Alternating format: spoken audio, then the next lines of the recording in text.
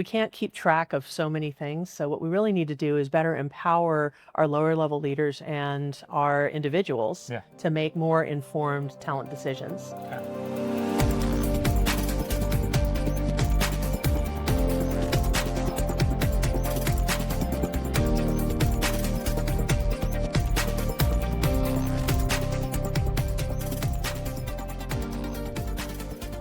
Most frontline managers probably don't spend a lot of time thinking about the larger talent management processes that are happening in their organization. As somebody who's been in HR for the last 10 years, it's been a pretty big part of my life. And sometimes I like to step back and think about, how did these processes come to be? Why are the standards of how we hire people, how we promote people, how we terminate them, where did those standards come from?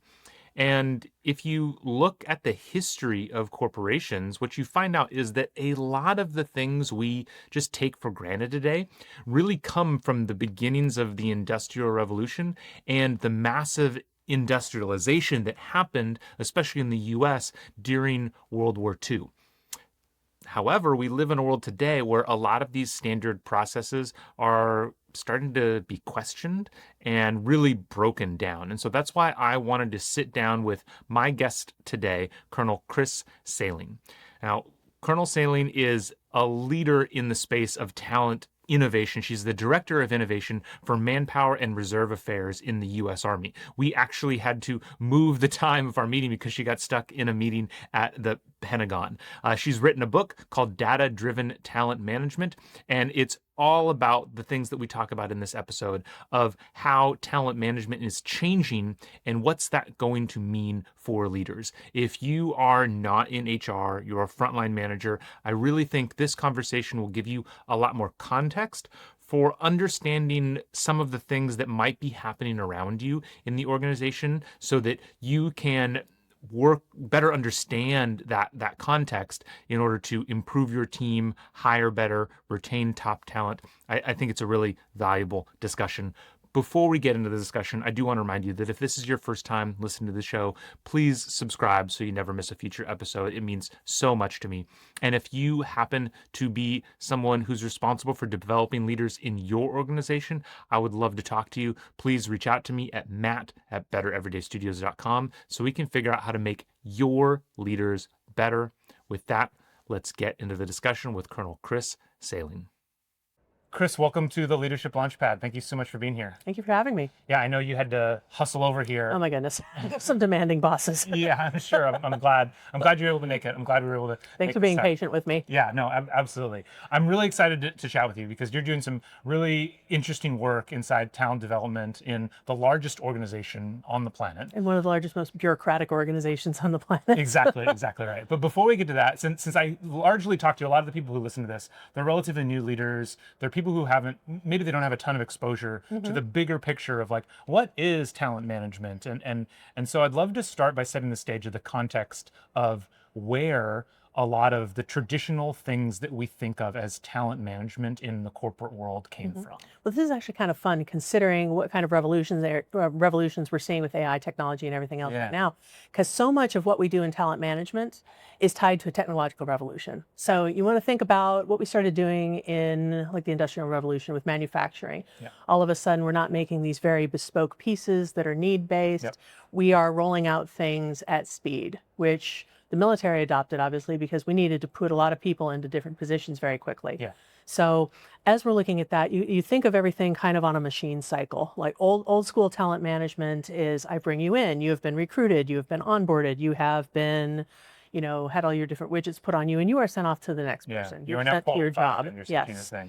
And that just process repeats. Not a whole lot of feedback mechanisms coming back from, did that part work? Did it get, okay, somebody will tell me if I need to change how I'm making my part. But that part goes on, gets put on a machine, goes, matter of performance, gets retired. That's very much how we've started like the basic bits of talent management without the feedback loops, without the understanding of how these processes work together. Piece by piece, sequentially, not a system. Okay, which makes sense to me because I always think it's in most organizations, there's a select few organizations where there's like a talent leader that is in charge of the whole talent life cycle. And so acquisition and development falls under kind of the same kind of umbrella. Right. vast majority of organizations, it sounds much more like what you're talking about, where there's the acquisition piece, you bring them in, you hand them off to the development. Never will the two talk. You look at the Army. We have Army Recruiting Command. Yeah. They bring everybody in. Once they're in, they belong to Army Human Resources Command. Yeah. Then they depart, and there's a little bit of a handoff that goes to Veterans Affairs. There's a little bit of a handoff that goes to our Soldier for Life program, but it's very much you're going down that pipeline. Yeah, yeah. So that's kind of the traditional elements of it. How's that breaking? Well, we realize that we need those feedback loops. Okay. And look how fast skills are. We bring somebody in. Yeah. They used to be a widget that performed this set of tasks. Now, ever since the Industrial Revolution, we're seeing those tasks changing more and more rapidly. Yeah. You have talent development, you have learning management, you have learning and development, you have all these other offices that play a role in this that must evaluate how that part is brought in and how it goes through its cycle, and does it need to be refabbed? Does it need to be shaped? And I'm talking in terms of parts here, but when we have a person who comes in to fill a particular role, that role changes. Work evolves. Yeah. Work is evolving right now very quickly. Yeah. So how do I take that person and shape how they develop and shape how they grow? If I'm looking at their utilization as they grow, am I making opportunities within my organization? Is there efficiencies to be gained there? Yeah. I mean, the obvious one is decision context. Like if you understand how your organization thinks, how it stores information, how it makes decisions, what the priorities are, that's hard to train. Yeah. That's something somebody only really picks up when they've been immersed in the company culture. Other things you can train. So as we're looking at how we revamp this, we don't want to just take somebody in, fit them into a widget and send them on their merry way. We want to figure out how we can continue developing them in that life cycle, how we bring them, promote them, put them in greater responsibility, bring them back if they've left, and then if we have to send them out, we send them out as an advocate. Are some of the signals that you're seeing of the kind of the breakdown of this? I honestly don't know where those numbers are. What are retention numbers going down? Is there more turnover in the military over the last decade or so that's stemming from this from this lack of feedback loops? Oh yeah, we're seeing this a lot in our digital spaces. Okay. Because our folks will come in with degrees, with credentials, with experience, working on very fast evolving platforms, and they'll find out very quickly that they're not maintaining proficiency. They've got skills they can use a whole lot better on the outside. So we can't just bring somebody in to be a cyber expert and move them along and have them stay a cyber expert. They have to be developed. They have to have their certifications. Yeah. So the technology is making it's breaking down some of those silos, but it's also just the large breadth and depth of skills that we want people to have. Yeah. It's one thing when you came in, people had a number of different roles. Most of those were combat focused, or they were medics, or they were engineers. Now we're getting into the digital space. We're looking at space itself. We're looking at information operations. We're looking at data science and AI. We have to have levels of proficiency of these things throughout the force, because everybody at this point is using an AI tool. So I have to have kind of uniform AI literacy. The more this happens, the more I can't just come in and say, I'm going to bring in that one particular person, develop them in a certain way, and they will be there. Yea, verily, amen. Yeah. There's a couple parallels that I think I can draw, into the corporate world that I've seen. I remember a couple years ago, saw a very unscientific LinkedIn poll. had a lot of answers, so hey. And it's like a focus group, Yeah. And I forget exactly the question. I believe the question was something like, if you want to make more money, if you're ready to go to the next role in your profession, what are you likely to do? And it listed a couple options. And one option was, pursue a new role in my current company. And one was to pursue another company. And it was like a 10-to-1 split. Like everyone answered, oh, the only way to get ahead is to change companies. And it resonated with me. What you were saying is because the norm in the military and in a lot of organizations has been you bring somebody in, they put them in that role and then move on. It's kind of like, oh yeah, well, people aren't going to be really excited about that. And when they need to change, or when they think they desire change, then they're going to leave rather than move up. Well, coming back to new leaders too, that's something they need to focus on when they're bringing in folks. You're developing them, and we're covetous as leaders. We got our great performers. We want to keep them. you can only keep them for so long. Yes. Those high Yeah. performers want to go perform. So unless you have a role for them to grow into, Yeah. you kind of have to set them up for that. I mean, that's an interview question of mine when I have people coming in. What can I do to set you up for your next role? And they kind of look at me funny. Yeah. But I'm just like, you're going to progress. Yeah. Because I'm bringing you in as this very energetic, high-speed person, you're going to want to do something next, and I want to be able to set you up for that. Yeah. So as leaders, we have to look at who we're bringing in, what they're going to learn from us. Yeah. And I like at least my folks to think about, especially looking in Army HR. Once my data scientists and my software developers figure out how Army HR works, I want to keep them in the space. So I want to find growth and developmental opportunities for them to leapfrog into, because our data sets they're messy. They're hard to understand. It's human data. It's complicated. Yeah. But if I get somebody who's got an understanding of that, I want to be able to keep them in the system, even if I don't keep them necessarily. Yeah. So we kind of have to be thinking about not just they're coming in to receive us and we hand them off to whatever's next. We have to strategically place what's next. Yeah.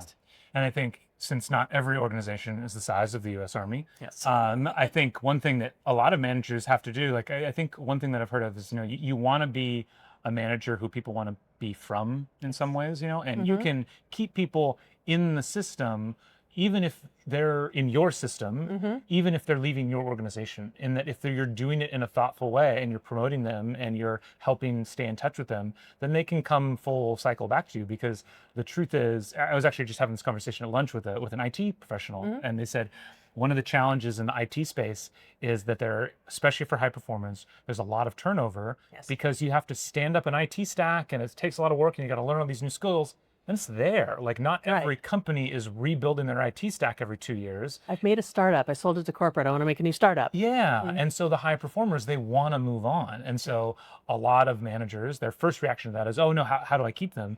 And the honest answer is sometimes you can't. Like, sometimes the right thing to do is to be having those open conversations, those feedback loops, so that you can at least plan for it and know how, have kind of an approximation of what's the cycle going to be like, of how often are people going to be leaving. Right. Yeah. I love your point you brought up too about what managers do you want to be from, because that helps you pull in talent on the other end too. Exactly. People want to come work with you. Exactly. So you're going to pull in some very talented people, and if you gain that kind of a reputation for bringing them in, developing them a little bit, and then sending them off to do great things, then all the young up and comers want to come work with you. Yeah, exactly. And the other piece that I heard from what you were saying was, because things are changing so much more quickly, it's just not possible to expect that you're going to hire somebody and they're going to be like good for a long period of time. Right. Is that you have to build in some amount of, okay, like there's going to be development, there's going to be new skill building, it's going to have to happen as part of this role. Right. The tech changes so fast. I mean, everything that we thought was relevant. I mean, nobody wants to look back at what I did, even in 2010 in my complexity science degree. It's like some of the mathematical fundamentals are the same, but the applicability to what I'm doing right now, not so much. Yeah. So it's like, how are we going through and continuing that development, continuing that learning, and providing that learning for other folks? Yeah. Because what we did previously, there's some stuff that may still apply, but it's really going to be those additional experiences and certification that provide you with more insight to what somebody's doing. And they're going to learn a lot on the job. Yeah. Oh, yeah. Yeah, absolutely. Oh, yeah. What are some of the things that you're seeing happening in the Army to transform traditional talent management? Like I know you're working a lot with, you're trying to pull in big data and doing a lot of work on the analytics, people analytics side of things. Like, what are some of the things that are happening? Well, the fun part is we're trying to really democratize it, because right now our old model of talent management is, I manage my talent. I will put my people where I want them. Not so much. We can't keep track of so many things. So what we really need to do is better empower our lower level leaders and our individuals to make more informed talent decisions. So what we're trying to do is more assessments, more skills inventories, more gamified assessments, any number of different, choose your tool. There's so many out there, so that we can provide people a good understanding of where they are and what opportunities are out there they might not otherwise know about that they'd be a good fit for. And then, let them set some goal programs up. And here's the gap between you and your role position. Here's some positions that might help. Here's some tuition assistance or credentialing assistance that might help. It's kind of a multi-effect tool, because we let people see where they might be good. We let leaders show people how they might develop, and we show them how to use benefits that We tell them all day they have these benefits. We give you credentials. Yeah, we give you yeah, that. yeah. Okay, great. How do I use it? Oh, I can use it for this. Yeah, It's yeah, like yeah. a light bulb goes on. Yeah. That's tricky. And so one of the things I heard in there was kind of empowering those lower level leaders. Mm-hmm. Is that just so like you're opening up more tools for them? How's that? Yeah. That feels very different from when I was active duty. Yes. Well, because I mean, as a young commander, if you have people and you have some open positions in there, and you want to see you got a couple critical ones. You want to see who's best fit. It'll let you see the people who are qualified in your formation, and be able to say, okay, give me that person, give me this one, not just because I like them, Yeah. or because they're motivated, or because all those things that we relied on you as a junior line leader in the Army to figure out through intuition and experience before. Now we've got a little bit more hard data for you. So now we can actually say, okay, not only do I like that person's work ethic and whatever, but they're also good at these things. They have, we look for proficiency, aptitude, and interest. Okay. And if somebody's got those things, it's going to be pretty easy merger. Yeah. And then, of course, like in smaller organizations, there is a chance that a lot of that kind of grunt work is done by the manager of figuring out the performance, the aptitude, and that kind of thing. So it's just a matter of kind of taking a moment to step back and decide, like, what are the critical things? What are the important things? So that we have to figure that out. And how can I make that easier for you to make a more informed decision about where you're going to place people or develop them? Yeah, interesting.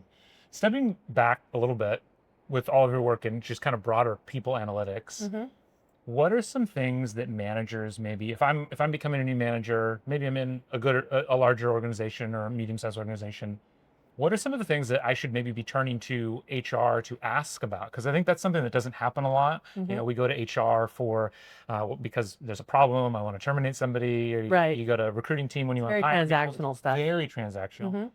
What are some of the data sets or things that people can be talking about? Maybe, let's be honest, maybe the HR team doesn't have them, but what can they be asking for? Well, if you're starting to look at HR with the integration of people analytics and talent management, you can look at hiring trends, you can look at attrition trends, and you can look at it at a more finite level by skill. I like looking at where are we bringing in people from and then where are they going? I mean, even if your recruiting teams and your HR teams have prior history, have resume information of whatever else, and they've digitized it. It's like, we're pulling in a lot of talent from X organization. And that's always fun for me, because especially in the Army, it's like, how am I poaching from, these very talented organizations to bring in, especially my civilian hires? I learned a lot just from talking to small startups who are able to hire and poach from large organizations. It's like, oh, you guys aren't offering as much. You guys aren't offering, how are you getting them? What is your in? How were they? What were their answers? Oh, it's all about the value proposition. Okay. It's what kind of problems are people able to work on. Interesting. It's especially for our data folks, it's very purpose driven. Interesting. It's like they will take a pay cut to come work on hard problems. Oh, yeah.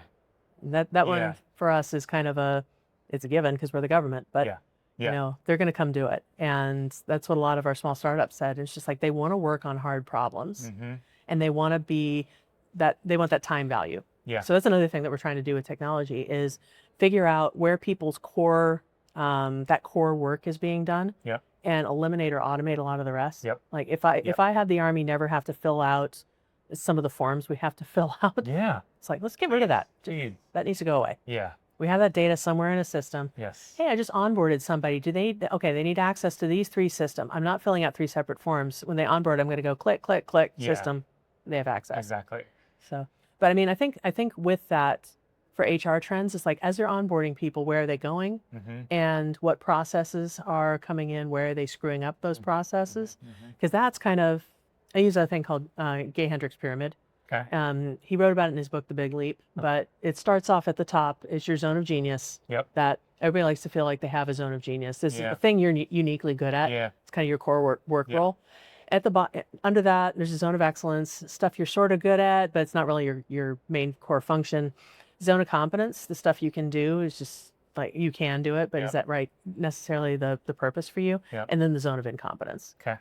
So looking at it from an HR perspective, like, how much am I making my people live in that bottom layer? It's the toil, it's the meetings, it's the forms, it's the onboarding, it's the training, and where can we kind of elevate them into the upper level?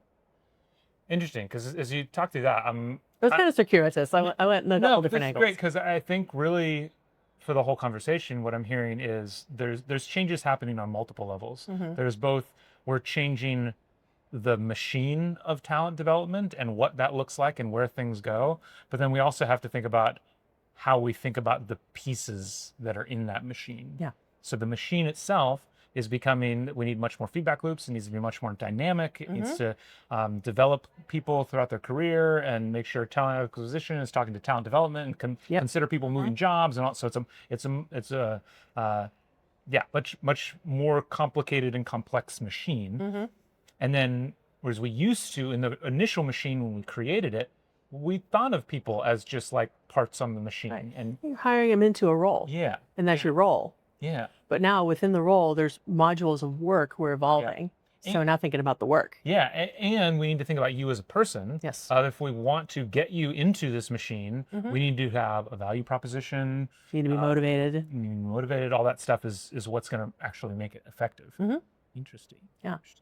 Well, because a lot of it too, it's not necessarily the scientific, it's more the art from the Army side. It's like we look at a lot of the things people have to do and they're not glamorous. They're dirty, they're rough. Yeah. So we look at people and go, okay, you're tired, you've been through all this. What makes you want to do this? Because we've all had to self-lead to some extent. And like, this is gross. This is a task I really don't want to do. How do I make myself want to do it? And then how do I make other people want to do it? Yeah. Yeah. And if we want those high performers to come in, do the work, want to succeed, want to go on, I mean, there's that whole layer of, we've been calling it in the Army side, we've been calling it informed preference. Okay. So we kind of look at what people want to do, what kind of things interest them or grab them, and then we provide them as much information as we can about how they do more of that. Yeah. Whether or not they're good at it. Yeah. You know, other things they might be good at and might like doing. Yeah. And just kind of shape them that way. Interesting. So what are some of the things that what are some of the changes that you're most excited about? A lot of it is that we're looking at not just how many of what type, but who. I mean, I say that a lot. It's like we're looking at this whole entity of a person and who that person is at scale. Because that's where the data lets us go. Let's go to that at scale. The other is I now have, I mean, this is after years of data literacy training and data work. I sat down, one of the meetings I sat down today was with my G1, a lieutenant general, infantry his whole career, a division commander, asking how we can integrate more AI into our systems to provide a better soldier customer experience. And I'm just sitting there going, okay, we've reached this. This is my nirvana for the moment. It's like I've got my leaders asking these questions. They want to resource this type of work. So that to me is exciting. Yeah. We're at a point where we can really make some changes and make this less toil, give people the kind of work experiences that they're looking for, the service experiences that they're looking for. That to me is extremely exciting. Yeah, it's, and I think that's, again, kind of the pinnacle of this change in how we're viewing the people at the highest level. Like at the manager level, you need to be doing this so that you're really developing your folks and figuring out what they care about. But then same thing at the highest level, all the way looking down, it's just like the basic, like, how do we respect these people's time? That's really what it comes down to. Right. This person's paying for daycare. This person has come here on travel orders. This person could be doing such and such other things, but they have elected to serve. So how do I clear the way of everything else but the service? Yeah, yeah. And I think for leaders, it's really important. I know for me, it was maybe easy for me to assume answers to that based on how I would answer that. I think it's really important to make sure you're asking your people, like, why are you here? Whether it's in the military or some startup or what caused you to join, because it gives you really important information about, okay, what matters to you? Are you incentivized by having a Friday off, or do you want free lunches, or do like whatever it is? Yeah. Do they want the beanbag chairs? I mean, sometimes people do. They just want hard work? Do they just want to, and that's probably the pinnacle of it, of like what everybody's going to say is like they want meaningful projects. That's been a lot of the teams that I have. They want to work hard. They want to play hard. They don't need a whole lot of trappings. They want a network that works. Yeah. They want computers that they don't want to throw against the wall. Yeah. But yeah, it's having those conversations and a combination of the honest leader conversations and the digital collection, the pulse surveys, the little checks, all the different systems you can put in there so that somebody can provide feedback Because you're going to get different answers either way. I mean, a good manager is going to get very similar answers. A person's going to be honest out there and say, hey, this thing sucks. Yeah. I would say, yeah, it was one of the things too, talking to the G1, he said he walked into a few situations where nobody ever complained about anything that was bad because the prior leader didn't want to hear about it or would blow up about it. And then he never found out anything that was wrong. So in sessions like this, and like, let's talk about what's wrong with whatever it is. And you have to be that manager who's willing to say that, hey, we do a lot of things well. Let's talk about the things that aren't going well. Yeah. And if we don't know about them, you're not diming anybody out. We just can't fix them. Yeah. Yeah, absolutely. Yeah. It's amazing. It's the human element that is become the most important part of human resources. Yeah. It's weird how that works. I know. It's ironic. Yeah. Yeah. Well, this has been great. I think we gave people a good summary of kind of like the high level of like what's happening, what talent management is, where it comes from, how it's changing. Because the truth is, for any leader, especially as you rise as a leader, talent management becomes a bigger and bigger part of your role. Your book is Data-driven talent management. So how does that play into this? Like, who should read that book? When should you read that book? So I wrote this book really for people who had been in the position I'd been in, who were starting up new data programs, new people analytics programs, new talent management programs, and we're kind of looking for ways to get started, a framework, and why should I do this? Yeah. It's like, so it's the folks who are trying to stand up new programs, or at least trying to kind of figure out those programs, how to bring data into everything they're doing from talent management to standard HR. It's for the person who wants to say, hey, look, this is the kind of system we need to build. And this is kind of how to do it. And those higher level leaders too, who are sitting there going, I just want to understand a little bit about why we're doing this. Because we take a lot of the constructs in there, break them down, try to make them as accessible as possible. It was actually, one of my bosses had tasked me to write a white paper about everything that we had done to stand up people analytics and talent management in the Army. And I'm sitting there dumping like years worth of research into this thing, going, I don't want to write this. This is a white paper. And a friend of mine who'd written several books, he goes, don't write a white paper. Just write a book. Write a book. Make it, tell the story the way you want to tell the story. And make it a book. So it's like, okay, I did. So data-driven talent management is how we started people analytics in the Army. But it's told a little bit of a how-to, a little bit of background story, a lot of pop culture references, because I'd rather talk about Marvel characters than this company did this. And I think from the people perspective, because you look at these ensembles of characters and you care about each of the characters. They all have something that they're contributing to this overall team. To me, that construct made it more important to look at all of the individual superpowers that were coming in and not just a faceless corporate entity. So that's where we came from with that one. Excellent. Well, I mean, I feel like that's the summation of what this transition is all about, going from a machine to a personality. How many to who? Yeah, I love that. Been our watchword. Excellent. Well, thank you so much for being here. It's been great having you. Awesome. Thank you so much for listening to today's show. If you are looking for help turning your organization's great engineers into great managers, me and my team at Better Everyday Studios would love to help.